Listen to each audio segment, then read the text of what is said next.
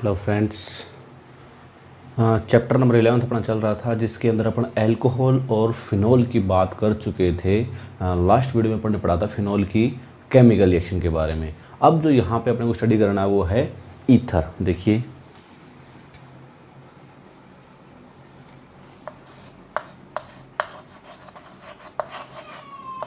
Ether क्या होते हैं। ईथर जो होते हैं इसके अंदर क्या होता है, एक तो होता है ऑक्सीजन एटम और दो होते हैं आर ग्रुप। ठीक है, तो जब एक ऑक्सीजन से दो आर ग्रुप जुड़े हों तो अपन क्या बोलेंगे कि ऑक्सीजन की वैलेंसी कितनी होती है, दो होती है।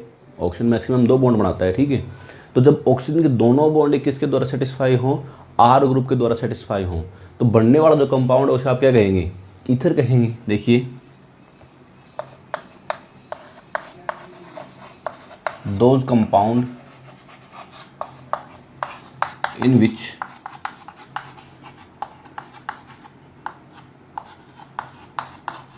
both the valency of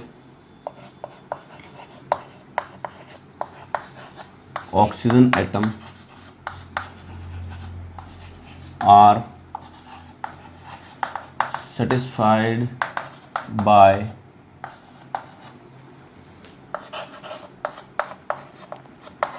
alkyl group. ठीक है, क्या हो कि ऐसे कंपाउंड जिनके अंदर क्या हो, ऑक्सीजन की जो दोनों वैलेंसियां हैं, ऑक्सीजन की जो दोनों संयोजकताएं हैं वो क्या हो, आर ग्रुप या फिर एल्किल ग्रुप के द्वारा क्या हो, सेटिस्फाई हो, तो आप उसे क्या कहोगे, ईथर कहोगे। क्या हो, आर ग्रुप के द्वारा सेटिस्फाई हो। ठीक है, देखिए ये आपका ऑक्सीजन एटम है। ठीक है, जब इसकी दोनों वैलेंसियां जो हैं वो क्या हो, आर ग्रुप के द्वारा क्या हो, सेटिस्फाई हो। ठीक है, तो उसे आप क्या कहोगे, ईथर कहोगे। तो ये आपका क्या है, आर ओ आर क्या है, ईथर। देखिए यहाँ पे ऑक्सीजन की जो दोनों वैलेंसियां वो किसके द्वारा सेटिस्फाई हैं, आर ग्रुप के द्वारा। ठीक है, तो इसे आप क्या कहोगे, ईथर कहोगे। अब देखिए यहाँ पे जो आर ग्रुप आपने लिया है, ये कि जो आर ग्रुप है ये एक दूसरे के सिमिलर भी हो सकते हैं और डिसिमिलर भी हो सकते हैं, दोनों अलग अलग भी हो सकते हैं। ठीक है, तो जब दोनों आर ग्रुप क्या होंगे, सेम होंगे। ठीक है, दोनों आर ग्रुप क्या हो, सेम हो। सपोज दैट यहाँ भी CH3 और यहाँ भी क्या हो, CH3 हो, तो इस प्रकार के ईथर को आप क्या कहोगे, सिंपल ईथर कहोगे। इस प्रकार के ईथर को आप क्या कहेंगे, सिंपल ईथर कहेंगे। और जब दोनों ही क्या हो, अलग अलग हो, ठीक है, यहाँ आर ग्रुप अलग हो, यहाँ अलग हो, सपोज यहाँ पे CH3 हो, यहाँ पे C2H5 हो, ठीक है, यहाँ पे मेथिल, यहाँ पे एथिल हो, तो दोनों क्या हो गए, अलग अलग हो गए, तो इसे आप क्या कहेंगे, इसे आप कहेंगे मिक्स्ड ईथर, मिक्स्ड ईथर।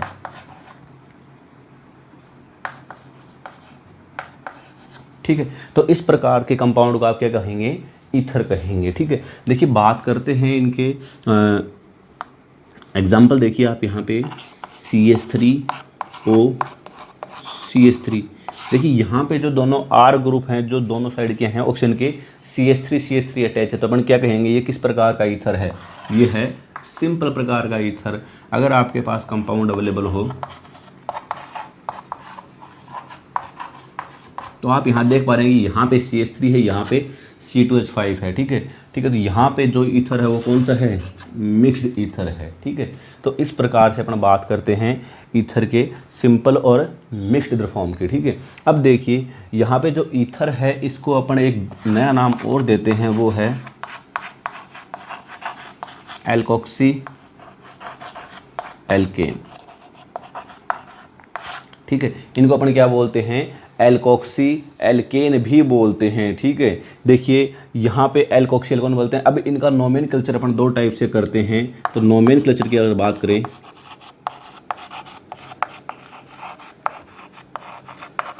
तो नोमेनक्लेचर अपन दो टाइप से कर सकते हैं, वो है एक तो कॉमन नेम और दूसरा है उनका आयुपैक नेम। ठीक है, देखिए कॉमन नेम की अगर जब बात करेंगे आप यहाँ पे, तो कॉमन नेम आप देंगे इनके अल्फ़ाबेटिक ऑर्डर पे। ठीक है, इनके देंगे आप अल्फ़ाबेटिक ऑर्डर पे, और IUPAC जो नेम है वो आप देंगे एल्कोक्सी एल्केन के मैनर में देंगे। ठीक है, यहाँ पे IUPAC नाम आप देंगे एल्कोक्सी एल्केन के मैनर में। ठीक है, तो पहले अपन बात करते हैं कॉमन नेम की और IUPAC नेम, दोनों साथ में बात कर लेते हैं। देखिए अगर आपके पास कंपाउंड अवेलेबल है CH3O CH3, ठीक है। तो यहाँ पे आप देखिए क्या ये मेथिल ग्रुप है और ये भी मेथिल ग्रुप है, तो अल्फ़ाबेटिकली आप किसी को भी पहले लिख लीजिए, आपको कोई दिक्कत नहीं है। तो दोनों साइड अपन देख पा रहे सेम ग्रुप है, तो अपन क्या लिख देंगे, इसका कॉमन नेम लिख देंगे अपन इसका डाईमेथिल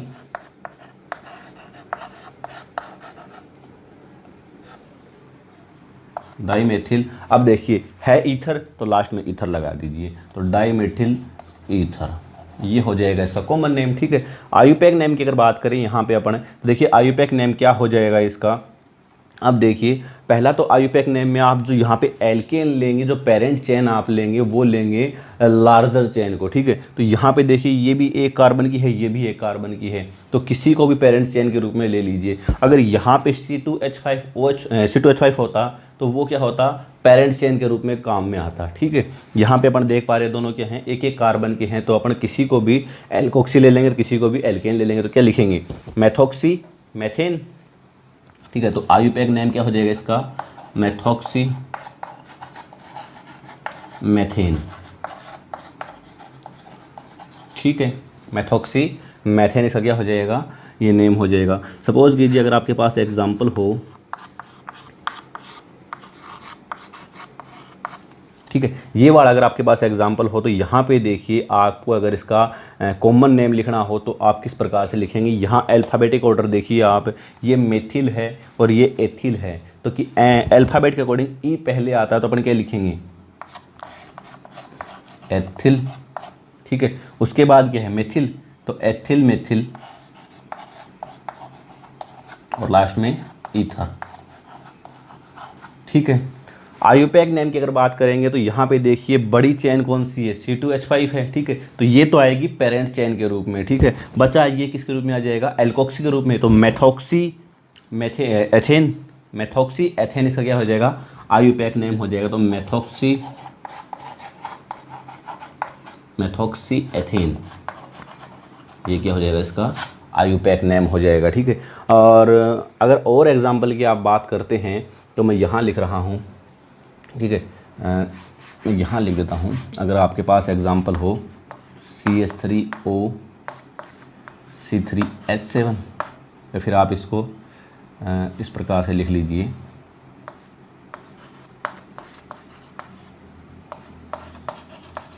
ठीक है। अगर आपके पास ये एग्जाम्पल हो तो आप देखिए इसका कॉमन नेम आप किस प्रकार से लिखेंगे। देखिए ये मेथिल ग्रुप है, ये प्रोपिल ग्रुप है, ठीक है। तो पहले कौन आता है, प्रोपिल ग्रुप पहले आएगा, यस और नो, सॉरी। यहाँ से आप देखेंगे तो इनके अंदर जो होगा क्या हो जाएगा, इनके अंदर अगर IUPAC नेम की बात करें तो इनके अंदर, सॉरी कॉमन नेम की बात करें तो ये ग्रुप कौन सा है, CH के दोनों तरफ क्या हैं, सेम ग्रुप अटैच हैं, तो इसके अंदर देखिए ये आइसो ग्रुप हो जाएगा, ठीक है। तो अपन लिखेंगे इसका नेम, कॉमन नेम लिखेंगे आइसोप्रोपिल, ठीक है। उसके बाद क्या बचता है, आइसोप्रोपिल, फिर यहाँ पे मेथिल ईथर, ये इसका क्या हो जाएगा, कॉमन नेम हो जाएगा। तो आइसोप्रोपिल मेथिल ईथर, ठीक है, ये हो जाएगा इसका कॉमन नेम।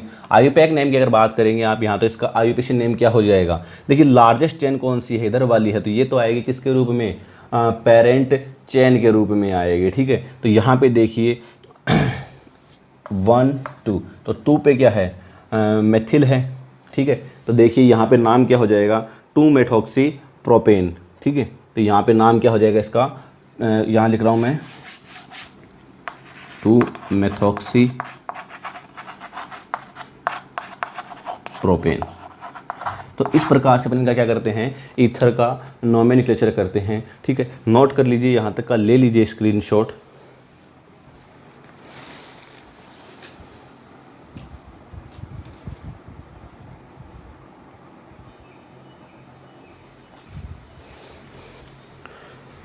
हाँ, नेक्स्ट जो ईथर में आता है वो आते हैं इनके मेथड ऑफ प्रिपरेशन। देखिए मेथड ऑफ प्रिपरेशन देखिए,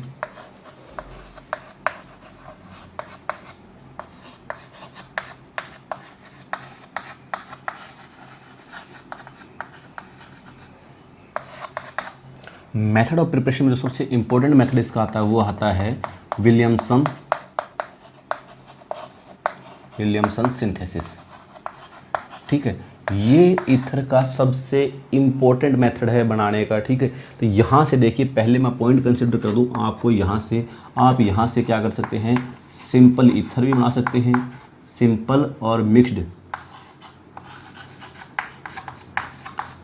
यहाँ से आप सिंपल और मिक्स्ड दोनों प्रकार के ईथर क्या कर सकते हैं, फॉर्म कर सकते हैं। ठीक है, तो देखिए क्या होता है कि यहाँ पे आपको जो रिएक्शन करवानी है वो करानी है सोडियम एल्कोक्साइड के साथ में। ठीक है, ये आपका सेकंड पॉइंट है। पहला पॉइंट है आप यहाँ से सिंपल और मिक्स्ड ईथर दोनों प्राप्त कर सकते हैं। सेकंड, यहाँ पे आपको जो रिएक्शन करवानी है वो किसकी करानी है, सोडियम एल्कोक्साइड की। ठीक है, देखिए क्या होता है कि जब आप क्या करते हैं, एल्कोहल पे एल्किल हैलाइड पे रिएक्शन करवाते हैं सोडियम एल्कोक्साइड की। ठीक है, एल्किल हैलाइड पे आप यहाँ पे रिएक्शन कराते हैं, पहले RX पे जब आप रिएक्शन कराएंगे NaOR की। ठीक है, तो यहाँ से देखिए ये वाला पार्ट पॉजिटिव और OR वाला पार्ट नेगेटिव, यहाँ से ये वाला नेगेटिव और यहाँ पे पॉजिटिव। ठीक है, तो यहाँ से देखिए NaX यहाँ से क्या हो जाएगा, बाहर निकल जाएगा और आपके पास पीछे बचा वो क्या हो जाएगा, कंबाइन हो जाएगा। तो क्या बनेगा, यहाँ से ROR। ठीक है, तो यहाँ से आप क्या कर लेंगे, ईथर का फॉर्मेशन कर लेंगे। ठीक है, एग्जाम्पल देखिए आप इसके, CH3X। अगर आपके पास ये हैलाइड है और आपने यहाँ पे मिक्स हैलाइड है, मिक्स ईथर बनाना है, तो आप यहाँ पे क्या कह दिए, सोडियम ये ले लीजिए। ठीक है, तो यहाँ से आप क्या कीजिए, Na यहाँ पे Cl ले लीजिए आप, या फिर I ले लीजिए, आयोडीन मोस्ट एक्टिव होगा यहाँ पे। तो यहाँ से क्या हो जाएगा, NaI बाहर निकल जाएगा और आपके पास क्या हो जाएगा, मिक्स्ड ईथर फॉर्म हो जाएगा। ठीक है, देखिए यहाँ पे आयोडीन मोर रिएक्टिव क्यों है, उसका मैं कारण यहाँ समझा देता हूँ आपको। देखिए जो एल्किल हैलाइड आप ले रहे हैं, ठीक है, जो एल्किल हैलाइड आप ले रहे हैं, वहाँ पे आप देखिए ऊपर से नीचे जब आप आएंगे तो क्या होगा, बॉन्ड की जो साइज़ है वो क्या होगी, बॉन्ड लेंथ जो होगी वो क्या होगी, इंक्रीज़ होगी। ठीक है, तो FCl Br सबसे ज़्यादा साइज़ किसकी होगी, बड़ी इसकी होगी। ठीक है, तो जितना जल्दी बॉन्ड ब्रेक होगा, बड़ा साइज़ है, ये देखिए चौंक है, अगर बड़ा चौंक है तो आप इसको इजीली ब्रेक कर देंगे। अगर मैं छोटा सा पीस लूँ उसको तो आप इजीली ब्रेक नहीं कर पाएंगे। तो वो कंडीशन है फ्लोरीन की। फ्लोरीन की बॉन्ड लेंथ क्या है, बहुत कम है, बॉन्ड इजीली ब्रेक होगा नहीं, और ये क्या होता है, लेस रिएक्टिव होता है। आयोडीन की साइज़ सबसे बड़ी होती है, बॉन्ड लेंथ बड़ी है, बॉन्ड इजीली ब्रेक हो जाएगा और ये रिएक्टिविटी ज़्यादा शो करेगा। ठीक है, थर्ड जो पॉइंट आप यहाँ पे कंसिडर करते हैं वो करते हैं कि यहाँ पे जो ऑर्डर फॉलो होता है, ठीक है, यहाँ पे जो एल्किल हैलाइड का ऑर्डर फॉलो होता है वो कौन सा फॉलो होता है, 3 डिग्री 2 डिग्री 3 डिग्री 2 डिग्री और 1 डिग्री। ठीक है, 3 डिग्री 2 डिग्री और 1 डिग्री। सेम ऑर्डर ये किस में फॉलो हुआ था भाई, SN2 रिएक्शन के अंदर फॉलो हुआ था। ठीक है, SN2 रिएक्शन के अंदर ये क्या हुआ था, फॉलो हुआ था। तो ये भी यहाँ पे क्या करते हैं, दैट्स मीन ये भी क्या करते हैं, विलियमसन ईथर किसको दिखाता है, SN2 मैकेनिज्म को शो करता है या फिर फॉलो करता है। ठीक है, क्योंकि यहाँ पे 1 डिग्री 2 डिग्री 3 डिग्री का है, तो मैंने 1 डिग्री आपको समझा दिया है। बात करते हैं अपन 3 डिग्री की। देखिए यहाँ पे अगर आपके पास क्या हो, 3 डिग्री हो,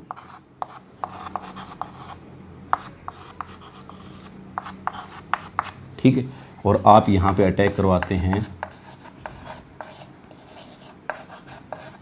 ठीक है, तो देखिए अब देखिए यहाँ पे जो है इलेक्ट्रॉन का जो फिर जहाँ पे जो क्राउडनेस है, जो स्टेरिक हिंड्रेंस है वो क्या है, बहुत ज़्यादा है। ठीक है, और आयोडीन क्या है, आयोडीन भी यहाँ पे एक बल्की ग्रुप है, तो इसका भी स्टेरिक हिंड्रेंस क्या है, ज़्यादा है। स्टेरिक हिंड्रेंस से यहाँ पे क्या मतलब है कि जो यहाँ पे जो भीड़ भाड़ है वो क्या है, ज़्यादा है, या फिर क्राउडनेस जो है वो क्या है, बहुत ज़्यादा है। तो ये यहाँ से इसके ऊपर अटैक नहीं कर पाएगा। ठीक है, क्यों नहीं कर पाएगा, क्योंकि चारों तरफ क्या हैं, बल्कि ग्रुप जुड़े हुए हैं। ठीक है, अगर यहाँ से ये अटैक करता है तो यहाँ से NaO तो यहाँ से बाहर निकलता है, NaI यहाँ से बाहर निकलेगा, तो ठीक है, यहाँ पे कौन सा कार्बोकेटायन बनेगा, 3 डिग्री कार्बोकेटायन बनेगा। ठीक है, तो यहाँ पे क्या होगा, 3 डिग्री कार्बोकेटायन फॉर्म हो जाएगा।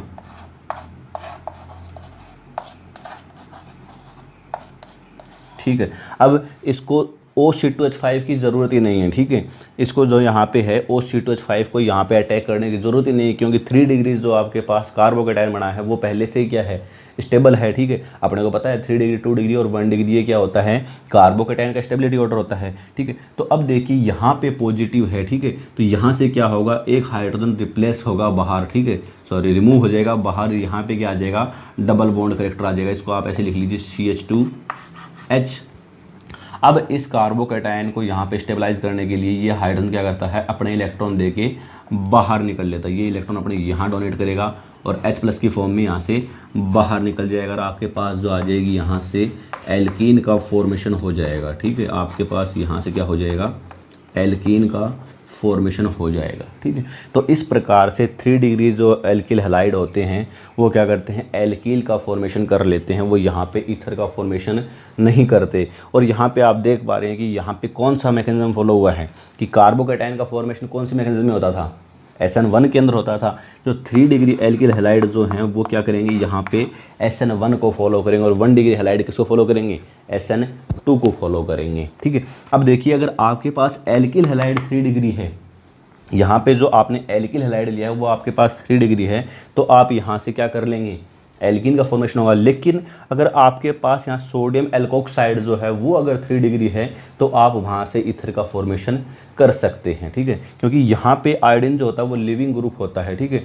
तो यहाँ से अगर आपके पास ये 3 डिग्री है तो आप इजीली वहाँ से क्या कर लेंगे, इसका ईथर का फॉर्मेशन कर लेंगे। तो काफ़ी बार एग्ज़ाम में ये वाली रिएक्शन पूछता है क्योंकि बच्चे इसी में कन्फ्यूज़ होते हैं, ठीक है। कर लीजिए नोट, यहाँ तक का ले लीजिए स्क्रीनशॉट।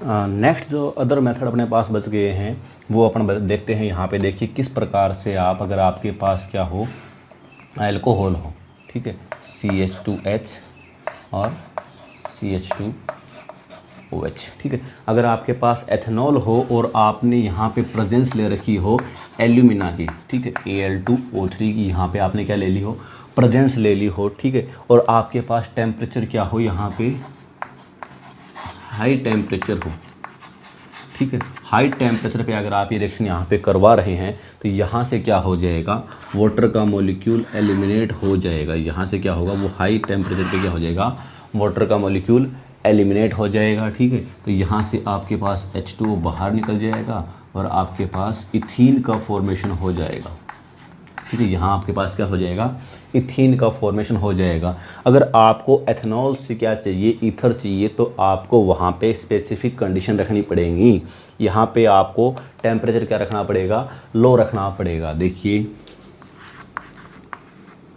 CH3CH2OH, ठीक है। मैं पहले ही यहाँ पे इसकी 2 यूनिट ले लेता हूँ, ठीक है, क्योंकि रिएक्शन को बाद में बैलेंस करना पड़ेगा, ठीक है। तो टेम्परेचर यहाँ पे आप क्या रखेंगे, लो टेम्परेचर रखेंगे और प्रेजेंस रखेंगे एल्यूमिना की, ठीक है। तो यहाँ से देखिए सिंपली यहाँ से होगा क्या, आपके पास ईथर का फॉर्मेशन हो जाएगा, CH3CH2O CH2CH3, ठीक है। यहाँ से आपके पास क्या हो गया, डाई एथिल ईथर का फॉर्मेशन यहाँ से आपके पास क्या हो जाएगा, फॉर्मेशन हो जाएगा। फिर एथोक्सी इथेन का फॉर्मेशन आपके पास यहाँ से हो जाएगा, ठीक है। और वाटर का मॉलिक्यूल क्या हो जाएगा, बाहर निकल जाएगा। देखिए CH3CH2O, ठीक है, तो CH3CH2O बचा, एक ऑक्सीजन और 2 हाइड्रोजन, वो वाटर के मॉलिक्यूल के रूप में बाहर निकल गए, ठीक है। तो इस प्रकार से जब देखा आपने दोनों रिएक्शन के अंदर देखा यहाँ से वाटर का मॉलिक्यूल बाहर निकल रहा है, तो आप इसका नाम डिहाइड्रेशन भी दे सकते हैं, ठीक है, डिहाइड्रेशन रिएक्शन भी दे सकते हैं कि जो ईथर का फॉर्मेशन अपन वो किससे कर सकते हैं, डिहाइड्रेशन मेथड से भी कर सकते हैं। लास्ट जो प्रिपरेशन मेथड बचा है इसके अंदर वो है लेबोरेटरी मेथड। लेबोरेटरी मेथड देखिए, लेबोरेटरी के अंदर आप क्या करते हैं, जब आप लेबोरेटरी के अंदर एथेनॉल को रिएक्शन करवाते हैं H2SO4 के साथ में, ठीक है, H2SO4 के साथ में जब रिएक्शन करवाते हैं अराउंड 350 डिग्री सेंटीग्रेड के आसपास, ठीक है। ये मतलब लगभग टेम्परेचर है भाई, एक्यूरेट नहीं है, एक्यूरेट आपको याद करने की ज़रूरत भी नहीं है कोई ज़्यादा। तो देखिए यहाँ पे H2SO4 है, ठीक है, एसिड है, क्या काम करेगा, H+ रिमूव करेगा। जब ये यहाँ से H+ रिमूव करेगा, ठीक है, तो मैं आपको इसका H+ इस प्रकार से दिखा देता हूँ।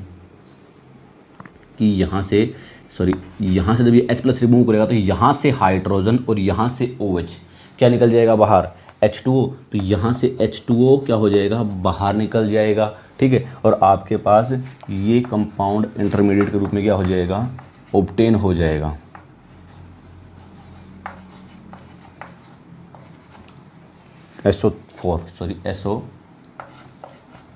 HSO4 यहाँ से आपके पास क्या हो गया, ऑब्टेन हो गया। तो इसका नाम क्या दे देंगे आप, एथिल हाइड्रोजन। ये एथिल हो जाएगा यहाँ तक, हाइड्रोजन और ये सल्फेट। तो एथिल हाइड्रोजन सल्फेट आपके पास यहाँ पे ऑब्टेन हो गया। इसको जब आप दोबारा रिएक्ट करवाएंगे एथेनॉल की यूनिट के साथ में, जब आप इसको दोबारा रिएक्ट कराएंगे एथेनॉल की यूनिट के साथ में, तो यहाँ से देखिए अगेन यहाँ से H+ रिमूव होगा और यहाँ पे H आएगा। तो H एक H ये, तो H2SO4 अगेन H2SO4 यहाँ से क्या हो जाएगा, बाहर निकल जाएगा। देखिए इस प्रकार से यहाँ से क्या होगा, अगेन H2SO4 जो अपन स्टार्टिंग में काम मिलता है वो दोबारा बाहर निकल जाएगा और आपके पास क्या हो जाएगा, ईथर का फॉर्मेशन हो जाएगा। तो C2H5O C2H5, ठीक है, और H2SO4 निकल जाएगा बाहर। तो इस प्रकार से आप क्या कर सकते हो, लैब के अंदर क्या कर सकते हो, ईथर का फॉर्मेशन कर सकते हो, ठीक है। 400 के समथिंग आप यहाँ पे क्या ले लीजिए, टेम्परेचर ले लीजिए। तो इस प्रकार से अपन क्या करते हैं, H2SO4 की सहायता से क्या कर लेते हैं, लैब के अंदर ईथर का फॉर्मेशन कर लेते हैं, ठीक है। नोट कर लीजिए यहाँ तक का, यही थे method of preparation of ether, ठीक है। इनके बाद बात करेंगे अपन ईथर की फिजिकल प्रॉपर्टी के बारे में। ले लीजिए स्क्रीनशॉट।